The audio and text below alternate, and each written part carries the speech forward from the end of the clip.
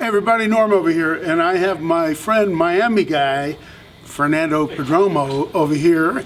And Fernando, I met when he first came out here to LA, and he's a really great player and very different and interesting player. And I was wishing him luck that things would work out, and apparently things have worked out pretty damn well, because he's featured in the movie Echoes in the Canyon with my buddy Jakob Dylan. Very fortunate to be part of that project, and now couldn't be happier with the success of the film and the album. And now we're going all over the country playing in movie theaters with Jakob and Jay Castrinos and Cat Power and a bunch of different artists, and continuing on the legacy of the Laurel Canyon sound. That's great. Well, you know, what was kind of interesting is the other day we did a video about the movie, and I kind of said, hey, my buddy Fernando's in that movie, and I wanted to kind of say something about it. And Fernando did not see the video, but he just came walking in here today. I hadn't seen him in a while. Well, I'm still a neighbor. I know. Representing Reseda and Winnetka. There you go. Love this neighborhood. And you produce a lot of other artists? Yeah, I've got a studio called Reseda Ranch Studios, and I've been producing ever since I came out here. And you know, that's the other thing I do aside from playing with a bunch of different artists and a few bands. And the Echo project has definitely been an incredible thing for me and for everybody involved.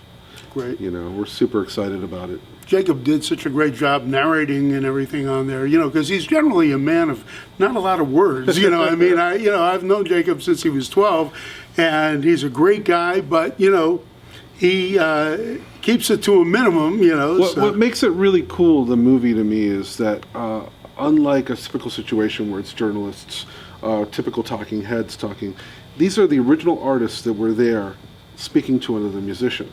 And when two musicians talk, it's totally different than when you're being interviewed by a journalist or anybody else. And plus, a lot of these people have known Jakob since he was a kid. Right. So it's kind of family. It's kind of family, yeah. You said you met him when he was 12. Yeah. God, I wish I would. Bob brought him in back in the day. I would love to know what he was like when he was 12. He was a really good kid, and, you know, I remember Bob had a Blackguard Telly, and I think Jakob somehow finagled that out of Bob, and it was a really cool guitar. And there was a cool story with that, by the way, too. The guy that I got it from, now this is going to sound really crazy, toured with the Three Stooges. Whoa. They had an instrumental band that toured with them. And this guy was a good player, and he had this Blackguard Telly, and I ended up buying it from him, and that was a story. I told Bob about it, and Bob kind of got a kick out of it. And it's a really clean Blackguard Telly. This was a long time ago. Well, as long as it wasn't involved in any pratfalls, then it's No. I think this one they probably would have kept in really good shape, because it was in real good shape. I hope Jake still has it. I bet he does. He has some incredible guitars. When we get to play out with him, he's got this really killer ES345. It's like, I guess, the dark green color, which has got a great Bigsby on it. And he's got this awesome, I've always been a huge fan of Ollie Halsall, and he's got one of those Ollie Halsall 3-pickup SG Customs. I guess to others, it would be the Jimi Hendrix model or whatever, or the Alan Holdsworth, the 3 humbucker SG Custom, which is killer. And, white one? Or white one, yeah.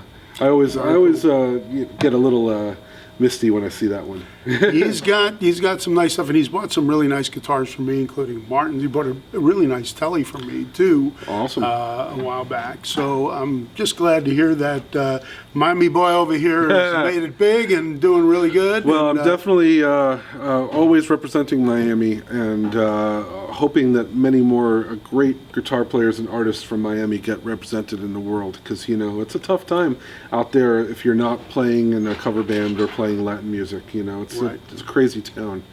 But, well, I know firsthand. I mean, I came out here with this guy, Bobby Caldwell. That's who we had a band together back in the day, trying to make it big. And I'm doing this, so I went to Plan B. So it's kind of good to see, you know, guys that are actually coming out here, hooking up with the right people. And guitars inspire us. So you know what you do, putting great guitars in great players' hands and great songwriters' hands, is just as important, because every time I acquire a new guitar, I write a new song on it. Every time I play a new guitar, it makes me express myself differently.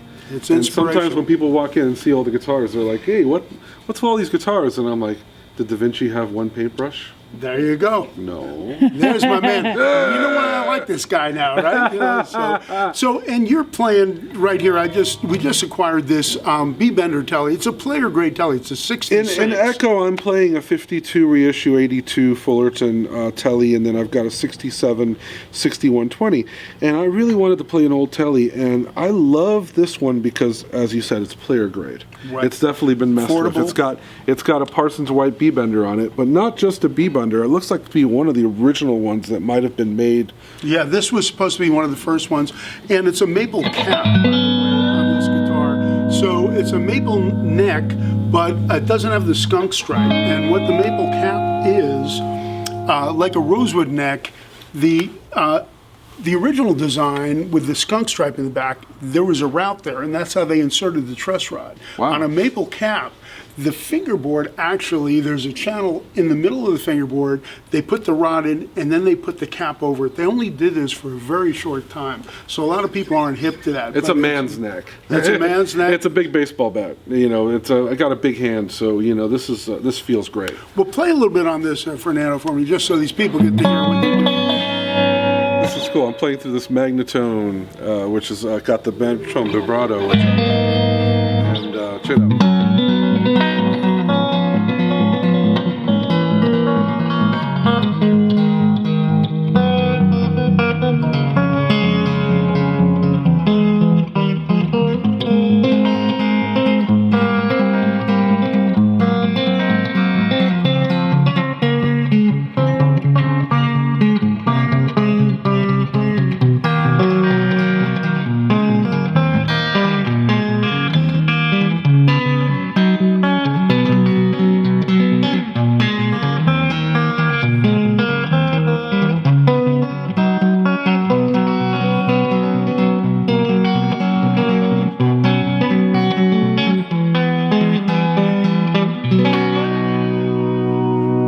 That's what the B-Bender does right there, you know, so gives it that kind of pedal steel kind of thing. Oh, yeah.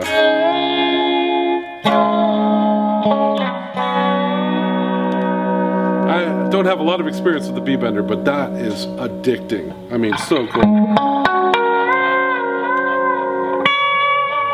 Very fun. Very cool. Well, Fernando always is, he likes a lot of the stuff that's out in left field, and he plays 100%. so unique.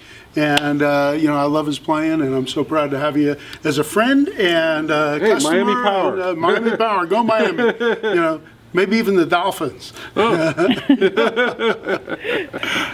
right. Oh, good times. Absolutely. Well, thank you so much. And, yeah, always come out here to Norm's and try out everything. I mean, you know what's also cool about your store is that, again, you've got all the collector grade stuff, and then you got stuff like this, and it's presented with the same type of pride because this is a store for the player. This is a store for everybody, you know. So come out here. Thank you, and check out Echoes in the Canyon because it's a great movie, and the band's going to be out touring. The album, I mean, it's such a cool record because it's all old songs from the Laurel Canyon scene, redone by people like Fiona Apple, Cat Power, Regina Spektor, and then there's a couple guys like Eric Clapton, Stephen Stills, and Neil Young. Beck on that? Beck is on it. And, I've sold Beck some really nice guitars. Josh He's a good Homme kid, of Queens of Stone Age, who plays a killer guitar solo on She.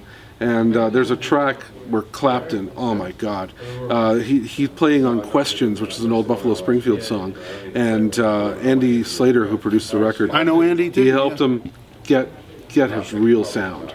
Cool. Like he made sure he plugged into Andy's an old a guitar deluxe. geek, so he knows. So. That was a lot of fun too. I mean, you should definitely have Andy come out and do a video because when I got into the first session, he said, "You're playing my stuff." I got to play my electric sitar. I got to play my Nashville tuned Regal, but his guitar collection is so fun. Oh, yeah. And his 63 6120 led me on my journey to find my 67 6120, and that's a gorgeous guitar. But he's got some cool pieces, and we all got to have fun with his guitars and his amps. I played through an old D'Armond amp, which was a lot of fun. I forgot the exact model, but it's like a little 15-watt brown amp, and that thing with the Fender reverb tank in front of it is choice.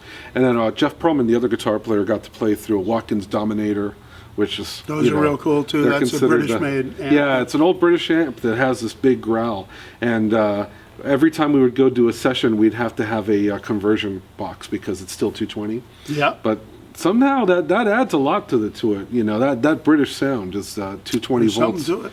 Yeah, it's definitely something to it. But the They movie's out took now. our music, they Yeah, that's turned it right. around and repackaged it and sent it back to us. So much fun. And we ate it all up. Oh, we love it. All right, So cool, Fernando, Norm. my man, Thank thank you so much. Fernando Perdomo, and this guy is a terrific player. Be looking for him for the tour with the Echo. Hopefully, yeah, is it called hopefully the Echoes Band? Echo and the Canyon Band, and we are doing shows in. I don't know when you're going to post this, but we're going to go do Chicago and Boston this weekend. Then we're going to go do Nashville and Atlanta, and we're going to do a big thing in Amoeba on July 2nd, which is going to be fun for the release of the album, which is going to be coming out on vinyl and CD. We're doing a thing actually for the homeless July 3rd, and David Crosby is actually going to be playing at it. Yeah, for the California California too. Saga. Is that for Midnight Mission? Yes. That's Well, the Midnight fantastic. Mission, I have gotten so many people involved in that. Tom Petty played for me 3 times for the Mission. Mudcrutch things, yeah. Mudcrutch and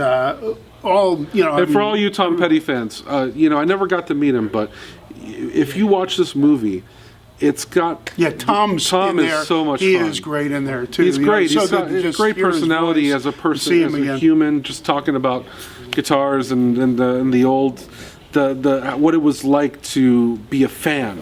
Because, you know, I mean, he loved it, man. Yeah, he saw Buffalo Springfield back in Gainesville, and, you know, it's so much Sure. fun.